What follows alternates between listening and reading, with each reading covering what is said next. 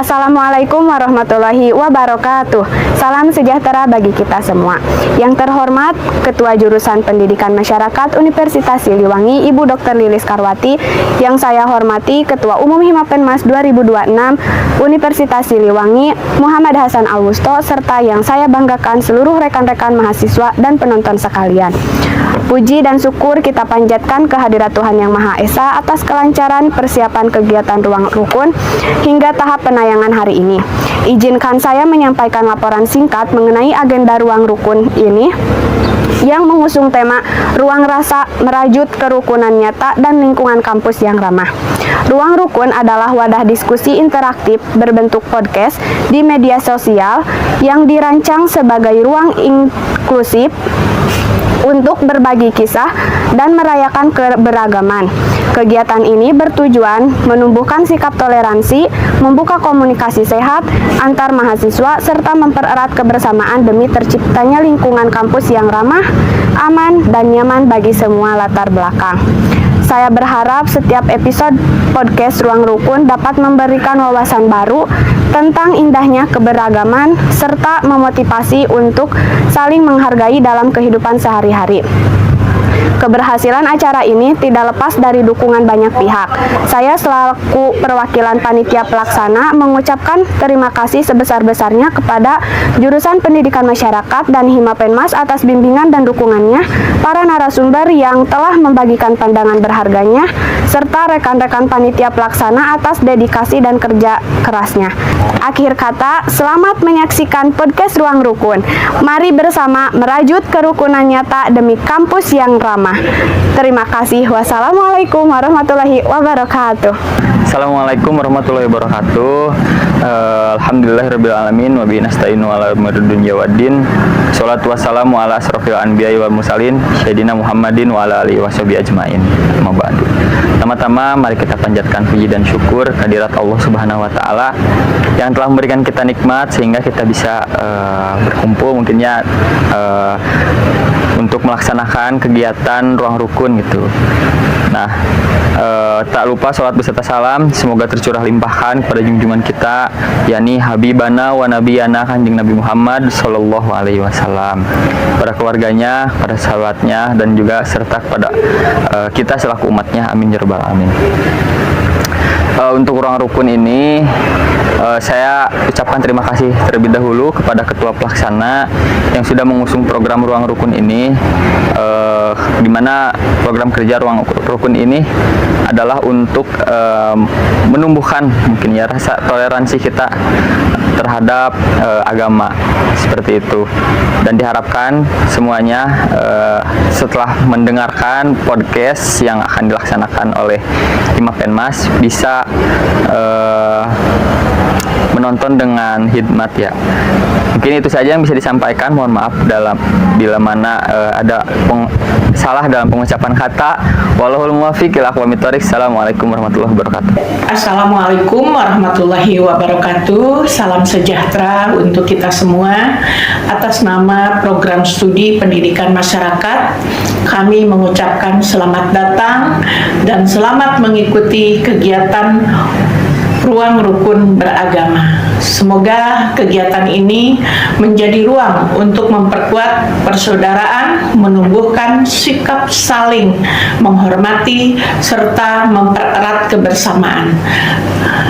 Kegiatan ini kami berharap seluruh mahasiswa dapat mengembangkan nilai-nilai toleransi, kolaborasi, dan kepedulian sosial sebagai wujud kehidupan yang harmonis. Jadikan setiap proses sebagai kesempatan untuk belajar menghargai perbedaan dan bersama-sama memberikan kontribusi positif bagi masyarakat. Selamat mengikuti Ruang Rukun Beragama. Semoga kegiatan ini berjalan lancar, memberikan pengalaman yang bermakna, serta menginspirasi kita terus menjaga persatuan dalam keberagaman. Wabillahi taufiq wal hidayah. Wassalamualaikum warahmatullahi wabarakatuh. Halo Sobat Rukun, selamat datang di podcast Ruang Rukun episode 1. Perkenalkan, saya Amatun Nur Nadira yang akan menemani teman-teman semua pada episode kali ini. Pernah gak sih Sobat Rukun menyadari bahwa setiap hari di kampus kita bertemu dengan orang-orang yang memiliki latar belakang dari daerah, budaya, kebiasaan, bahkan keyakinan yang berbeda. Nah, justru dengan perbedaan tersebut, disitulah kita akan belajar untuk saling mengenal, saling memahami, dan tentu saling menjaga satu sama lain. Nah, berangkat dari semangat tersebut, Ruang Rukun hadir sebagai ruang dialog yang mengajak kita untuk mendengar cerita, bertukar pengalaman, serta melihat keberagaman dari berbagai sudut pandang. Melalui ruang ini, kita berharap dapat membangun lingkungan kampus yang lebih inklusif, nyaman, ramah, dan menjunjung nilai tinggi kebersamaan. Pada episode perdana ini, kita akan mengangkat tema saling mengenal, cerita menarik keberagaman dalam kehidupan kampus. Bersama narasumber kita akan berbincang mengenai pengalaman interaksi di kampus, tentang keberagaman juga, bagaimana membangun komunikasi yang baik, serta nilai-nilai yang dapat mempererat persatuan di lingkungan kampus. Bersama kita saat ini telah hadir Kang Nizar Aqsa Qur'ania, mahasiswa program studi agroteknologi Universitas Siliwangi. Kang Nizar aktif dalam berbagai organisasi kemahasiswaan, khususnya menjadi Kepala Departemen Kaderisasi di UKM LDK KISI, Universitas Siliwangi.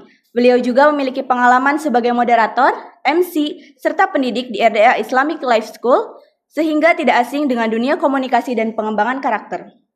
Kang Nizar ini juga ternyata fun fact-nya teman-teman, memiliki hobi mendengarkan podcast, yang alhamdulillah berarti sekarang dikaruniai menjadi narasumber di podcast pertama ya Kang. Oke.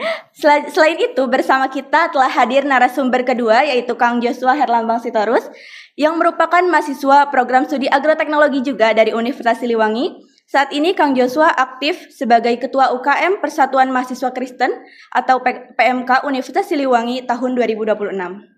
Melalui perannya, beliau memiliki pengalaman dalam membangun kebersamaan, kepemimpinan, serta komunikasi di tengah keberagaman mahasiswa.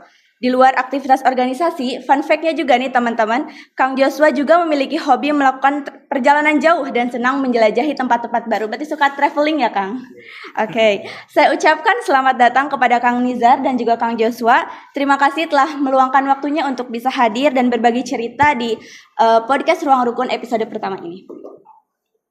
Sebelum kita berbicara lebih jauh mengenai pengalaman di kampus nih Kang, saya ingin mengawali dengan satu pertanyaan mendasar. Menurut Kang Nizar dan Kang Joshua, apa makna ruang rukun dalam kehidupan kita sebagai mahasiswa dan mengapa penting peran kampus ini untuk menjadi ruang yang nyaman, inklusif, dan saling menghargai di tengah keberagaman ini? Bisa dimulai dari Kang Nizar terlebih dahulu. Ruang rukun, apa itu ruang rukun berarti ya? Kurang lebih. Kalau ruang rukun kita bedah dari katanya, kita bisa dibilang ruang atau apa ya? Berarti tempat, lokasi ataupun sebuah bangunan untuk kita beraktivitas, berkegiatan. Ataupun seluruh makhluk hidup kayak manusia, hewan, dan tumbuhan pun tumbuh gitu ya. Itu ruang. Terus apa namanya itu? Ruang di sini bukan hanya ruang lokasi gitu, lokasi yang nampak kayak lahan, tapi ruang juga bisa bermaksud ke makna seperti ini, kayak ruang berkumpul, ruang pertemanan gitu, ruang persahabatan. Nah di situ jadi ruang itu bukan hanya lingkungan. Terus rukun di sini kenapa rukun? Berarti kalau diartikan bisa juga baik gitu ya, baik dan apa namanya itu damai gitu, sesama manusia ataupun ya seperti di lingkungan pertemanan, baik dan damai. Kalau di Islam kadang rukun ada juga rukun-rukun yang penting gitu, rukun-rukun yang pokok harus kita ketahui dan harus kita amalkan gitu. Itu rukun kalau di dalam Islam. Jadi maksudnya mungkin di sini adalah ruang gitu ya, ruang untuk kita membangun kebersamaan yang baik, yang damai gitu. Dan ruang ini tuh penting gitu untuk kita bangun, karena tadi kalau dari Islam ya rukun gitu, pokok utama gitu, seperti itu. Itu aja dulu.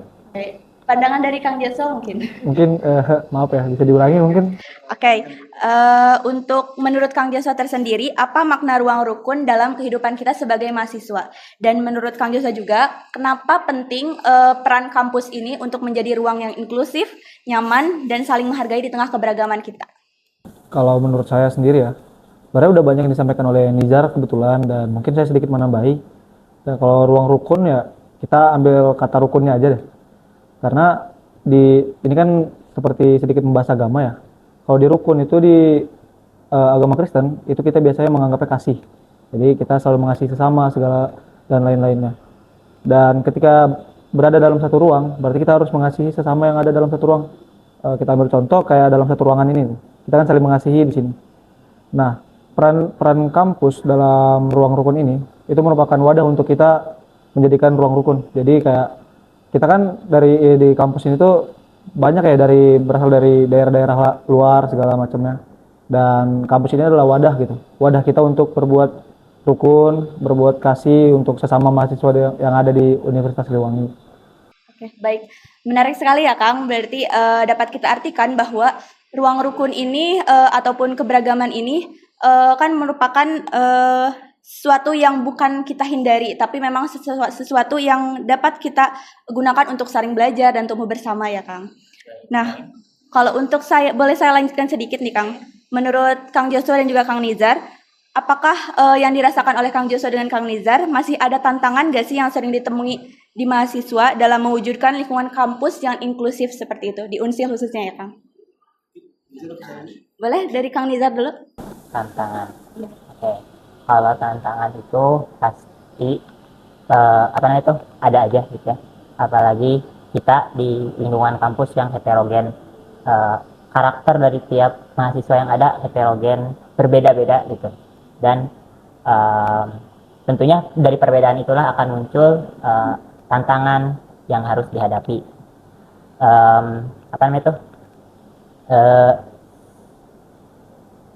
Perbedaan karakter itulah yang tidak bisa kita hindarkan, karena si karakter yang terbentuk itu memang sudah terbentuk dari pola asuh gitu ya. Terus pola kebiasaan mahasiswa dari lahir sampai dengan meranjak di lingkungan kampus, pola pendidikan yang mereka hadapi, dan ketika bertemu di lingkungan kampus dari berbagai daerah itu berbeda-beda gitu. Nah, itu sih tantangan yang dihadapi, perbedaan-perbedaan yang kadang bagi orang-orang yang mungkin tidak biasa gitu ya, tidak biasa, sulit untuk menghargai gitu, sulit untuk beradaptasi dengan perbedaan itu.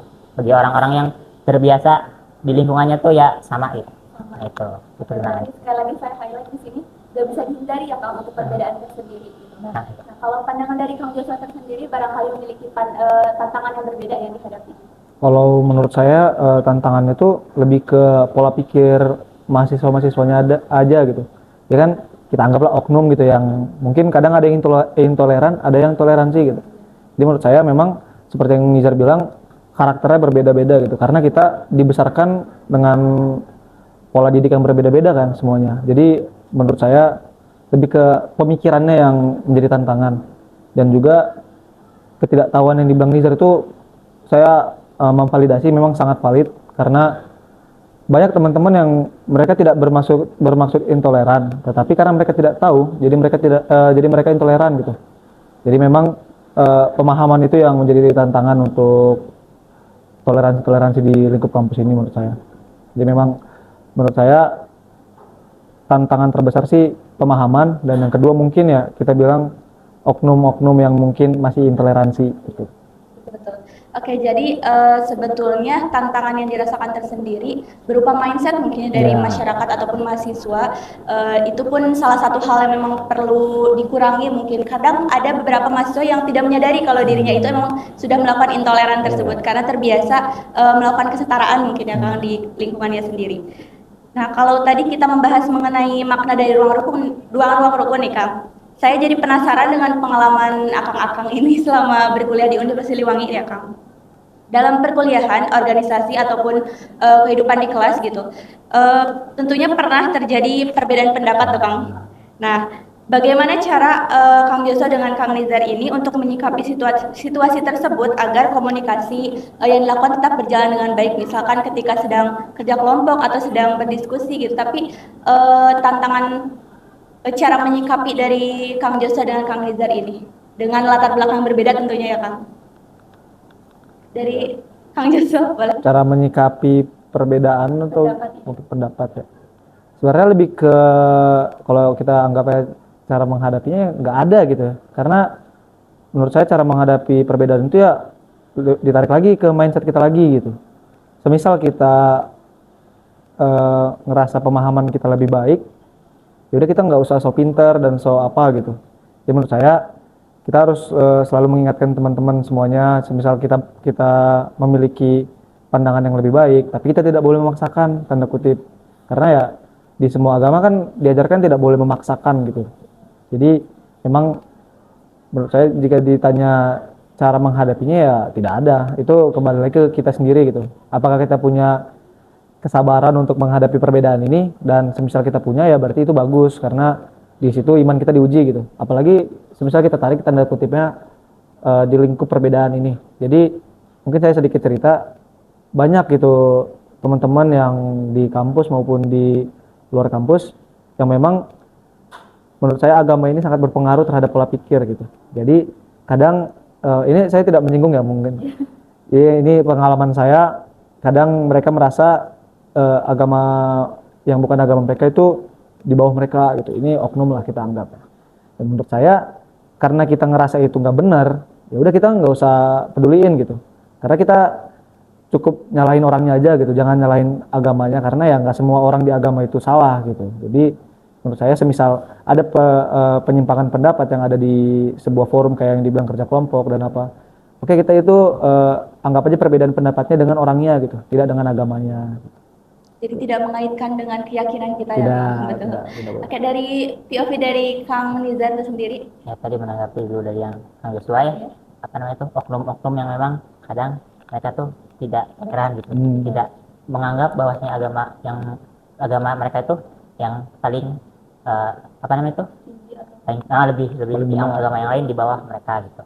Nah kalau dari situ ya memang tidak memaksakan gitu ya, tidak memaksakan, tidak apa namanya itu yang dilakukan itu kadang hanya oknum-oknum gitu, oknum-oknum yang mereka tuh tidak tahu dalam belajarnya mungkin tidak sampai selesai gitu ya, tidak hatam, terus tidak benar ketika belajarnya, makanya apa namanya itu adalah gitu orang-orang yang seperti itu, baik dari luar agama kami ataupun agama kami ke agama lain seperti itu, ada saja yang seperti itu, tapi itu adalah oknum gitu ya, Ya, oknum. dan sepakat dari kata dari Kang Joshua seperti itu.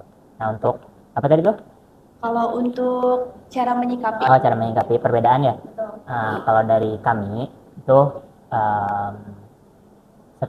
kita bedah dulu perbedaannya itu karena apa. Perbedaan pendapat ataupun saran yang berbeda dan juga hal-hal lain itu karena apa. Apakah karena memang untuk membangun ataupun logis, si perbedaan pendapat itu logis dan memang itu teh hal yang benar gitu. Pendapat dari sini benar, pendapat dari sini benar. Kalau gitu kan berarti kita cari yang terbaiknya. Tapi apakah perbedaan pendapat itu karena keirian hati mereka? Karena nggak suka sama orang. Nah gitu. Nah itu yang dibedahnya. Kalau memang itu logis, ya silahkan dibangun komunikasi. Kalau misalkan itu hal yang karena tidak suka ke orang gitu, tidak suka ke orang ketika kerja kelompok tidak kondusif lah, saling sikut-sikut. Nah itu yang harus diperbaiki dengan ngobrol gitu lah. Tapi kalau yang hal yang benar itu didiskusikan tentunya dengan argumen-argumen lagi seperti itu.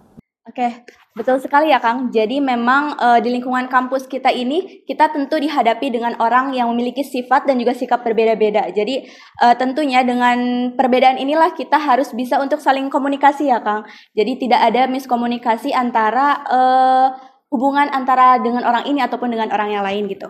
Oke, dilanjut ya Kang untuk mungkin tantangan kembali nih Kang. Apakah ada gitu tantangan yang Kang Joshua dengan Kang Nizar rasakan ketika kalau misal ternyata harus bekerja sama nih dengan orang yang keras kepala mungkin nih, misalkan bisa dibilang seperti itu. Dari Kang Nizar boleh? Ya. Keras kepala. Kembali yang tadi gitu ya, kita bedah dulu apa yang dia utarakan itu apakah logis atau tidak, atau hanya karena dia tuh gak suka sama kita gitu. Kalau memang tidak suka, ya kita dekati mereka, kita apa namanya itu bukan perbaiki, jadi rangkul dengan baik, lalu apa masalahnya didekati dan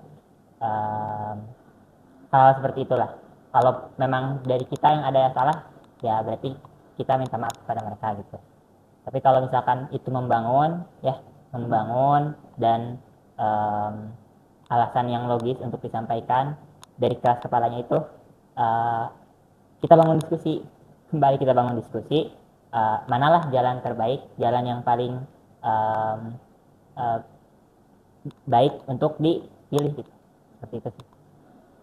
Mungkin dari Kang Joshua, Boleh diulangin tadi apa? kalau untuk tantangan, mungkin pernah nggak ada tantangan yang Kang Joshua rasakan ketika memang terpaksa nih harus bekerja sama dengan orang yang keras kepala atau juga orang yang memang selalu pengen betul gitu dengan apa yang dia pegang atau diteguhkannya gitu? Kalau tantangan menghadapi orang keras kepala sih, saya yakin semua teman-teman di sini pernah ngerasain ya. Jadi memang pasti ada aja 1-2 orang yang ngerasa dia selalu benar. Dan keras kepala itu ya kembali lagi seperti yang kami bilang tadi, mindset gitu. Jadi karakter dia memang keras kepala.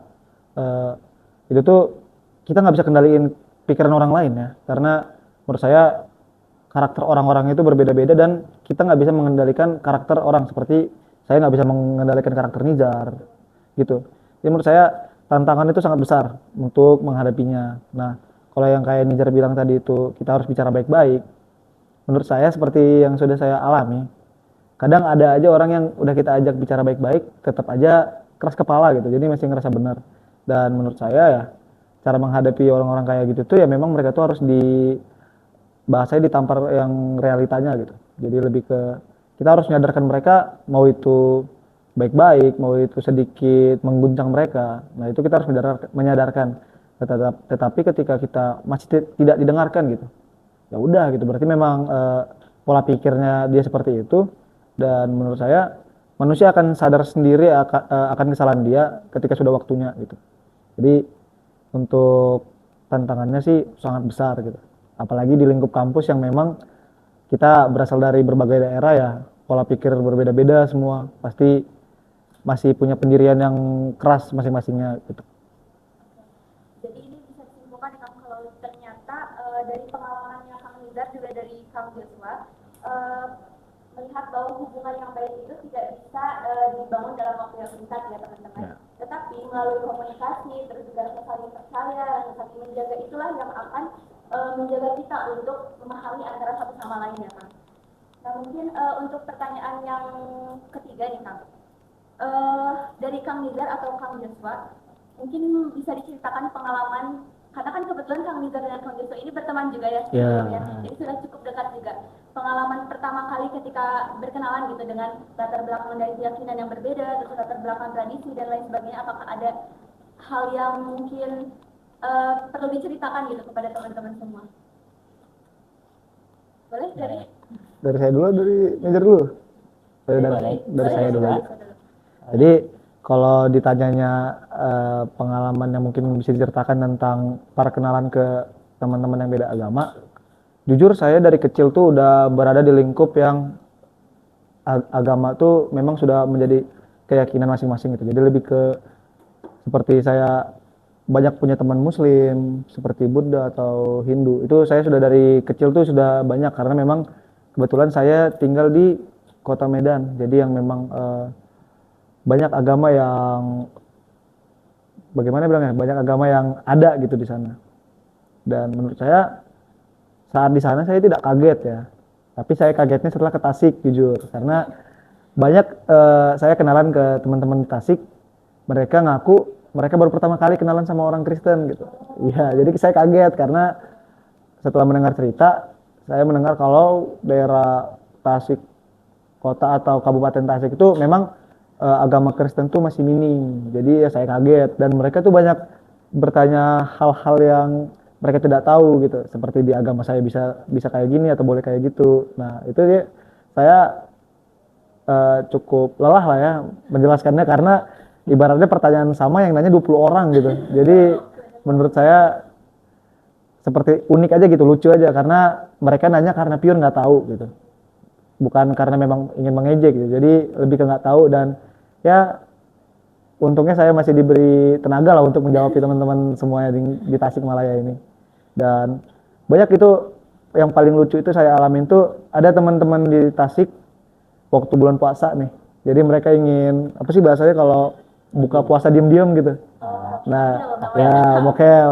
Nah, mereka ngajak saya gitu biar ada yang beli gitu ke warungnya. Jadi menurut saya itu lucu aja gitu. Karena mereka ngajak saya gitu. Karena memang saya kan kebetulan pakai kalung salib. Jadi biar dilihat Kristen kayak gitu.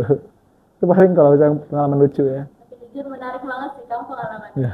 Oke, mungkin dari Kang Nizar pengalaman, karena kebetulan Kang Nizar juga bukan asli Tasik ya Kang? Ya, kalau itu em, dari kecil sih, kalau lingkungan saya memang di SD IT gitu.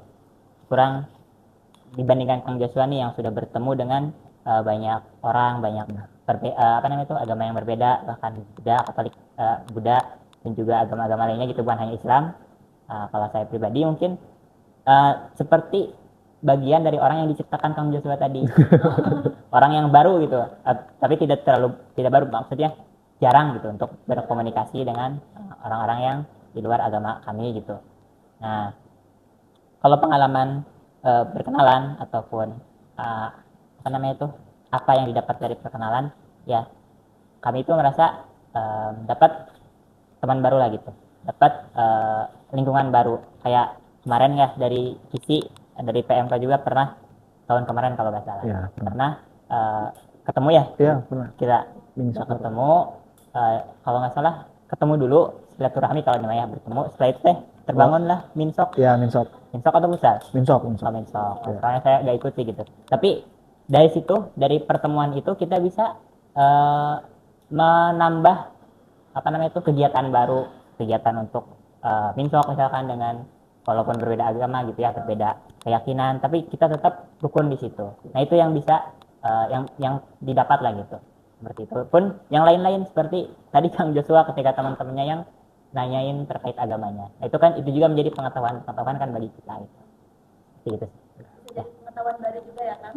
Teman baru, pengetahuan baru, lingkungan baru untuk kita tuh belajar toleransi lah gitu. Oke, kalau tadi kita lihat dan dengar cerita dari pengalaman Kang Joshua dengan Kang Nizar ini, kita bisa lihat teman-teman kalau sikap saling menghargai ini tumbuh melalui pengalaman berinteraksi dengan lingkungan yang berbeda tentunya di kampus ini. Tentu nilai tersebut juga dipengaruhi oleh budaya, tradisi, dan keyakinan yang kita pelajari dengan keyakinan yang berbeda dengan keberagaman ini. Nah, pada bagian ini lanjut mungkin ya ke cerita mengenai tradisi ataupun budaya yang ataupun kebiasaan ya Kang dari setiap keyakinan yang berbeda ini Kang.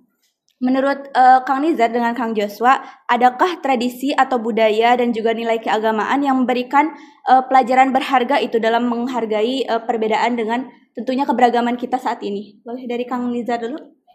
Kalau dari kami mungkin ya nilai ataupun perbedaan nilai-nilai yang menghadirkan apa namanya itu sikap toleransi gitu. Kalau kami mengikutnya kepada teladan kami Nabi Muhammad SAW, bahwasannya ketika beliau menjadi khalifah itu di kota Madinah gitu ya, memimpin bukan hanya umat Islam gitu, tapi ada bangsa Yahudi, ada umat Yahudi gitu ya, bukan hanya Islam itu, tapi beliaulah pemimpinnya. Nah di situ tuh beliau membuat piagam Madinah untuk dan di aturan piagam Madinah itu tidak mengatur tentang pemaksaan gitu kepada umat Yahudi, tapi mengatur tentang keadilan dalam bermuamalah, keadilan dalam aktivitas dunia lah gitu, berdagang, terus berkelompok gitu ya, dan bahkan di Al-Quran pun ya kita tuh tidak diperintahkan untuk berlaku tidak adil kepada orang yang bersaing agama gitu. Seperti itu. Kita tuh harus, walaupun mereka berbeda agama, ya keadilan itu tidak boleh kita lakukan gitu di situ. Karena itu dilarang. Bab muamalah, bab bab bertransaksi, bab dagang seperti itu ataupun berkelompok, itu adalah bab yang harus kita sama-sama adil seperti itu. Itu yang bisa jadi. Oke. Kalau untuk pandangan dari Kang Joshua tersendiri mungkin yang mempunyai keyakinan yang berbeda nih dengan Kang Nizar. Mungkin bisa diulangin lagi gitu. Oke. Untuk menurut Kang Joshua nih, adakah tradisi ataupun budaya atau nilai keagamaan yang memberikan pelajaran berharga untuk kita dapat menghargai perbedaan gitu? Jadi kalau kita bahasnya nilai agama, sebenarnya saya udah takut ya kalau bahas agama ini, sebenarnya saya takut blunder, takut salah ngomong. Cuman sebagai anak yang dilahirkan dari keluarga Kristen dan memang besar dalam lingkup Kristen, saya selalu meneladani Yesus Kristus yang memang mengajarkan kalau untuk mengasihi sesama. Jadi dasar dari menghargai, dasar dari hidup rukun itu adalah mengasihi gitu. Jadi ketika kita sudah bisa mengasihi sesama, mau itu teman, mau itu orang asing, mau itu musuh, kita udah bakal bisa menjalankan hidup yang rukun ya. Dan walaupun berbeda-beda agama ya, menurut saya keyakinan itu urusan pribadi manusia gitu. Mau beryakin ke agama yang mana, karena ya semua agama kan mengajarkan yang baik ya. Tidak ada agama yang mengajarkan buruk. Dan menurut saya untuk perbedaan keyakinan ya tidak ada masalah, karena ya itu pribadi gitu. Jadi kita hanya bermasalah ketika tidak bermasalah sih, kita hanya akan menyinggung pendapat yang berbeda tapi bukan keyakinan gitu. Dan mungkin saya pernah dapat kutipan yang bagus, mungkin kalau nggak salah dari agama, kebetulan dari agama Muslim, yang untuk agamamu, untuk agamaku. Nah itu saya suka kalimat itu menurut saya itu sangat-sangat menjunjung toleransi ya, karena di agama kami pun sangat mendukung gitu. Kalimat itu tuh berharga karena ya di tengah lingkup banyaknya oknum-oknum yang intoleran, kalimat itu tuh lebih menegaskan bahwa maaf mungkin saya menyebutkan, mungkin mengakui bahwa bukan agamanya yang bermasalah gitu, jadi orang-orangnya gitu. Jadi memang ya dari agama Muslim sudah mengajarkan yang baik, tetapi memang ada aja orang yang berbuat tidak dengan ajaran gitu, menyalahgunakan ajaran agama gitu. Pun di agama Kristen banyak gitu. Jadi ya memang di tengah-tengah negara kita yang memang banyak agama, banyak budaya dan suku, itu memang mungkin ya seperti tantangan untuk kita semua. Tetapi menurut saya ya, untuk teman-teman di Universitas Siliwangi lah ya, lingkup kecilnya kita bilang lah pendidikan masyarakat, karena ini berada di podcast pendidikan masyarakat ya. Jadi menurut saya cukup hargai pendapat teman-teman semuanya, dan apapun keyakinan pribadi teman-teman itu biar kembalikan saja ke orangnya gitu. Jadi kita hanya berteman ke orangnya, bukan ke pribadinya gitu. Jadi kita cukup hargai aja pribadian dia gitu. Baik lagi ya, kalau tidak bisa menyalahkan agamanya, ibaratnya Ya, baik lagi tergantung orangnya masing-masing. Nah kalau dari tadi pengalaman atau nilai-nilai juga tadi yang disebutkan oleh Kang Rizal dan juga Kang Joshua, ada nggak sih nilai yang sampai sekarang masih diterapkan gitu dalam lingkungan kampus khususnya Kang? Dari Kang Joshua mungkin? Nilai, maksudnya nilai gimana? Nilai yang tadi kan ada, tadi nilai mengasihi ya Kang? Ya. Nah, ada nggak sih kejadian misalkan yang Kang Joshua rasakan yang masih dilakukan sampai sekarang nilai-nilai tersebut? Menurut saya kebiasaan yang dilakukan nilai tersebut tuh ya sampai sekarang, mengasihi itu udah masuk ke semua lingkup ya. Ibaratnya kayak kami dari perwakilan PMK bergabung ke sini, dan yang kebetulan kan teman-teman kan mayoritas Muslim, dan itu mungkin menurut saya sudah cukup membuktikan kalau nilai-nilai itu masih saya pegang lah, puji Tuhannya sampai sekarang. Dan untuk nilai-nilai itu ya mungkin sampai tua nanti bakal saya pegang, tapi kalau misalnya di lingkup kampus ya mengasihi itu tetap saya pegang sampai sekarang, karena ya tidak mungkin saya bahas yang lain, cukup mengasihi saja gitu, karena mungkin kalau lebih dalam teman-teman nanti nggak ngerti gitu. Kalau untuk dari Kang Rizal sendiri? Ya, tadi dari ungkapan Kang Joshua yang menarik di agama Islam gitu ya. Untuk agamamu, untuk agamaku, lakum dinukum waliyadin gitu ya. Kalau ayatnya itu di Al-Kafirun ayat 6 kalau ayat terakhir ya. Itu apa sih namanya itu juga nilai gitu ya. Nilai untuk kita tidak ya yakin dengan agama sendiri gitu. Terus selanjutnya kalau nilai yang tadi, nilai saling menghargai, terus nilai keadilan, itu juga harus dijunjung dalam kehidupan kita gitu. Contoh lainnya gitu, tadi baru teringat dari ungkapan Kang Joshua ketika membahas tentang musuh gitu ya. Di Piagam Madinah juga musuh perjanjian di situ, Nabi itu ketika ada musuh menyerang ke Madinah, itu tuh bekerja sama mereka tuh dengan umat-umat Yahudi, bukan saling memusuhi juga, tapi mereka berjanji untuk bekerja sama. Nah, nilai-nilai di situ nilai toleransi, nilai tidak berjanji dengan perjanjian yang ada gitu ya, menepati janji. Nah, itu nilai-nilai yang diajarkan gitu, yang harus dijunjung tentunya. sampai dengan sekarang, sampai dengan seterusnya juga. Oke. Jadi teman-teman ya, kalau untuk nilai-nilai ini memang harus tetap kita terapkan sampai tua nanti juga ya, Kang. Nggak cuma sekarang juga gitu, teman-teman. Oke, selanjutnya mungkin Kang, di tengah perkembangan zaman yang tentu cukup modern ini dengan arus informasi yang terus terjun dari mana-mana ya, Kang. Bagaimana cara Kang Joshua dengan Kang Nizar ini cara generasi muda mungkin yang disampaikan kepada generasi muda sekarang yang hadir di sini gitu untuk tetap menjaga sikap toleransi serta menghargai antara keberagaman budaya juga agama dan tradisi yang ada di Indonesia gini. Boleh dari Kang Joshua enggak? Buat generasi muda ya, berarti saya sudah tua dong ya. Setelah berarti orang ya.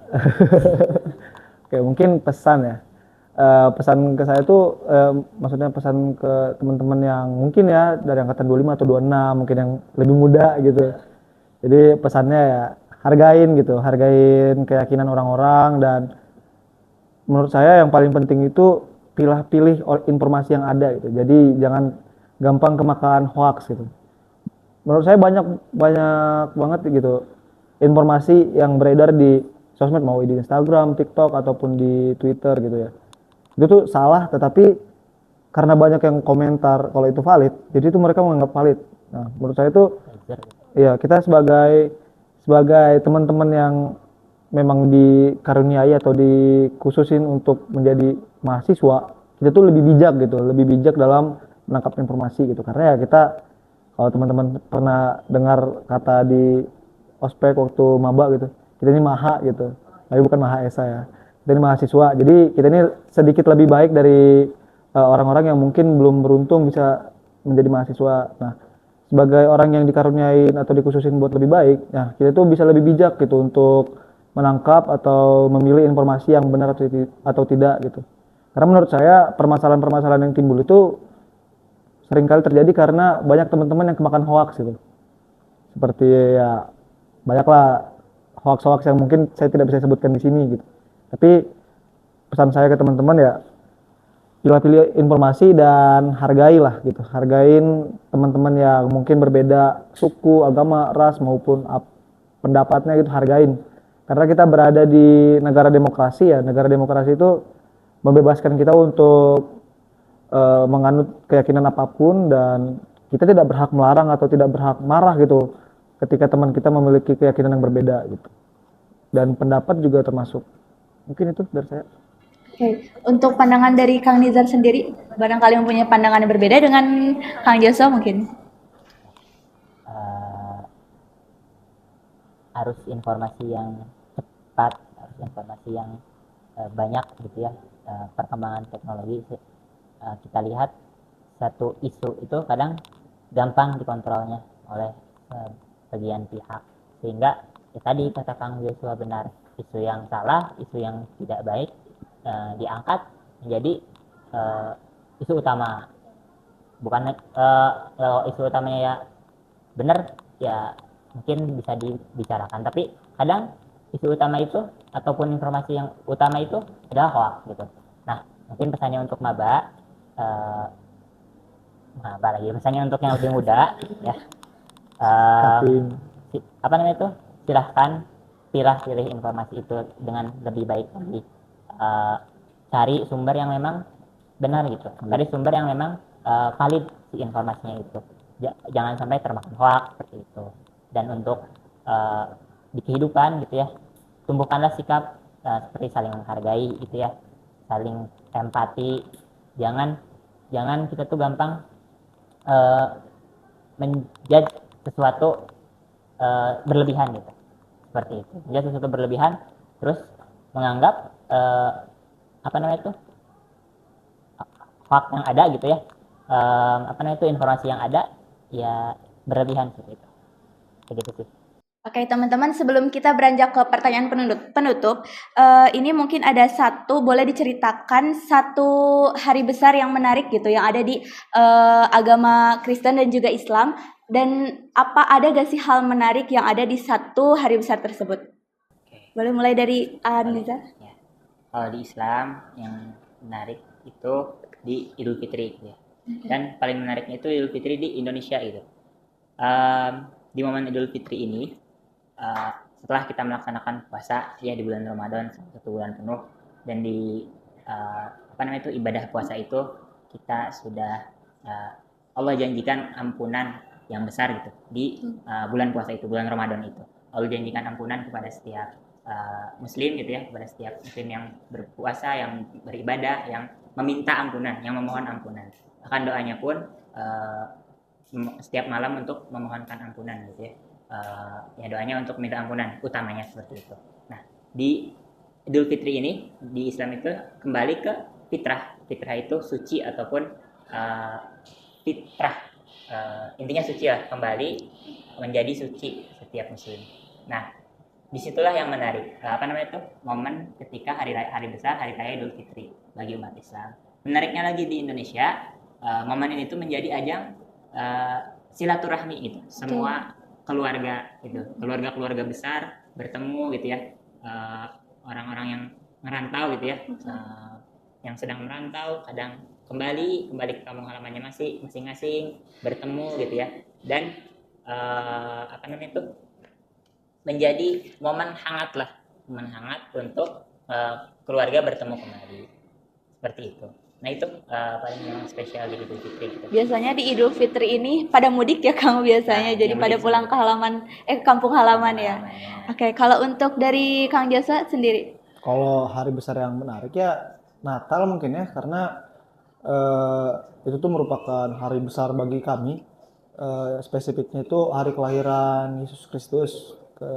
Jadi memang sama seperti Idul Fitri, kebetulan di Natal itu kan kebetulan dekat sama Tahun Baru kan. Betul. Jadi memang itu momen buat teman-teman yang beragama Kristen itu mudik. Jadi ya memang karena liburan panjang. Betul. Dan ya untuk merayakan juga gitu, untuk merayakan kelahiran Yesus Kristus ini, karena satu bumi lah kita bilangnya.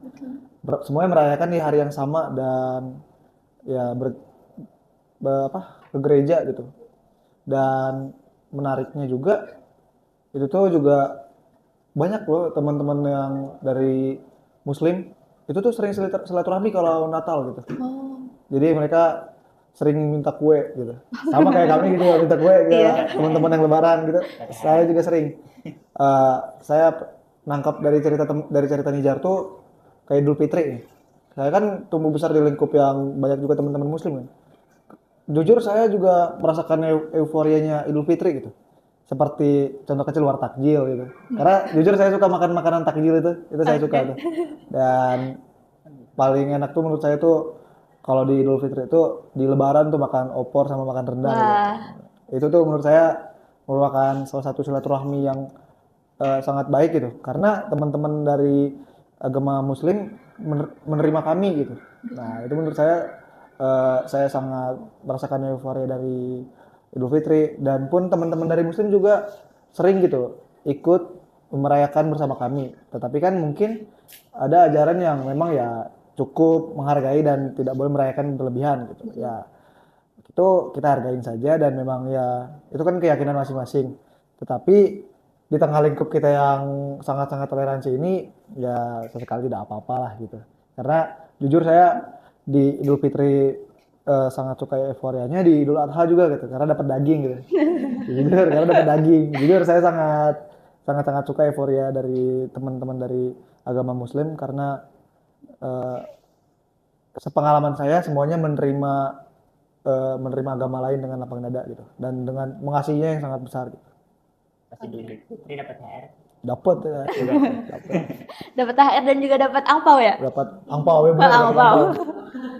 Oke, seru banget sih Kak kalau membahas mengenai hari besar yang ada di agama Islam dan juga Kristen ini.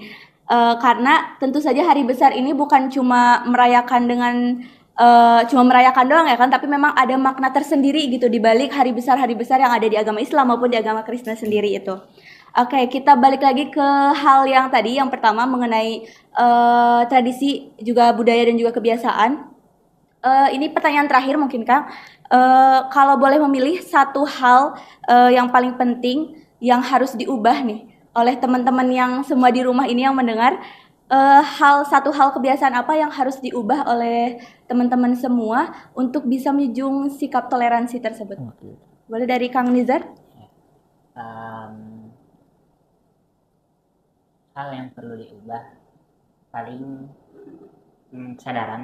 kesadaran untuk dewasa gitu, untuk dewasa, karena dengan dewasa itulah kita bisa mengerti untuk saling menghargai ya, untuk saling empati, untuk saling menerima apapun yang menjadi bagiannya gitu ya, ataupun lebih dewasa dalam berperilaku karakter gitu ya, seperti itu sih. Oke, kalau untuk dari Kang Joshua, Kalau dari saya, satu hal kamera utama yang ini. ini. Jadi menurut saya itu yang paling penting itu buat kita semua tuh jangan selalu ngerasa benar gitu. Karena kita kan punya pemikiran masing-masing dan belum tentu pemikiran kita benar. Kita itu harus selalu menerima saran, pendapat. Itu tuh harus. Jadi jangan ngerasa benar. Kalau bahasa mental health-nya gitu NPD gitu, jangan NPD. Oh iya. Ibaratnya Jangan kayak NPD. teman-teman semua di sini kan berorganisasi ya. Dan pasti di tiap rapat menerima saran, mau menerima tanggapan. Nah pasti ya ada lika-liku yang kayak menurut kamu pendapatnya nggak bagus gitu. Padahal ya pendapatnya membangun, tapi ya memang karena kita nggak suka sama orangnya, ya kita nggak terima pendapatnya gitu. Jangan gitu. Jadi selagi kita masih hidup sebagai makhluk sosial, hargain orang lain, hargain pendapatnya, dan jangan memaksakan kehendak kita sendiri gitu. Itu aja. Oke, baik teman-teman. Di sini berarti kita dapat dua hal ya, karena memang narasumber kita juga ada dua. Jadi dua hal yang memang harus kita ubah kebiasaan kita sebagai mahasiswa tentunya ya. Yang pertama itu kita harus mengubah kesadaran kita untuk kita lebih toleransi dengan perbedaan dan juga keberagaman yang ada. Dan selanjutnya yang kedua itu tadi adalah untuk kita lebih jangan ngerasa benar ya Kang. Jadi kita itu harus selalu ibaratnya mah kita jangan merasa emang selalu kitanya yang gak mau kalah ya Kang. Berarti kita harus terus menerima pendapat kesalahan dan juga apapun jadikan kita pembelajaran ya Kang. Nah oke. Tidak terasa ya Kang, ternyata udah di penghujung acara.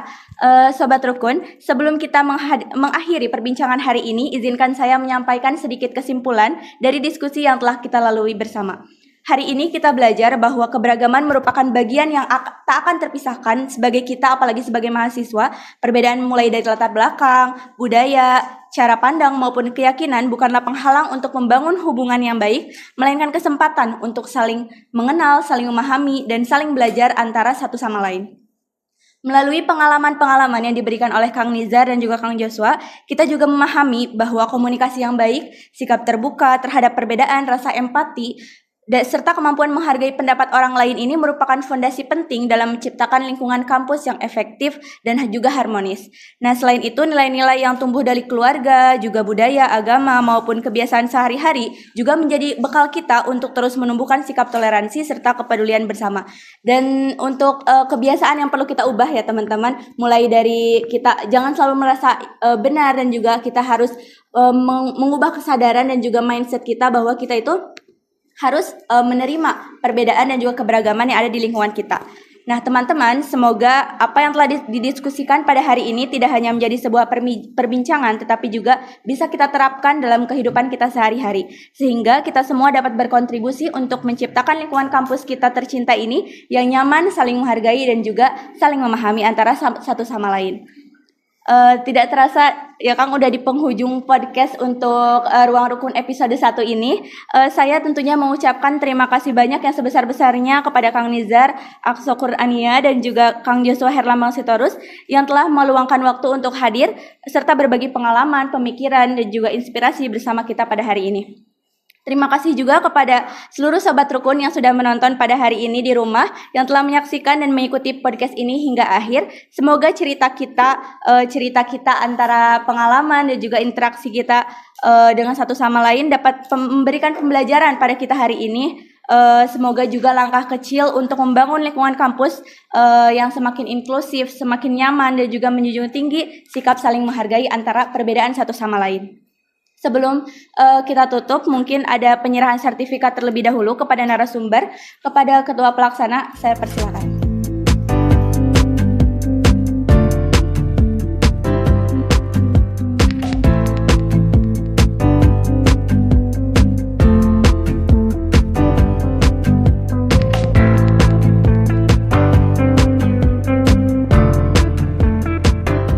Baik teman-teman, tidak terasa rangkaian demi rangkaian telah selesai kita lalui. Saya Amatun Nur Nadira pamit undur diri dan terima kasih.